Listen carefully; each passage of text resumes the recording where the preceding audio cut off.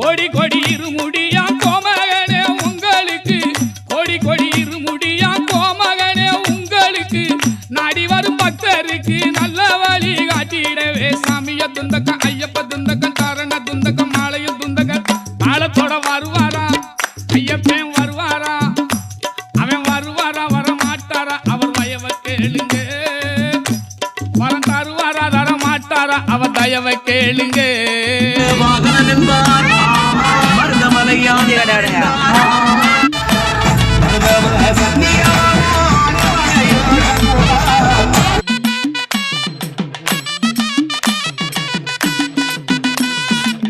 சந்தன பொட்டழகா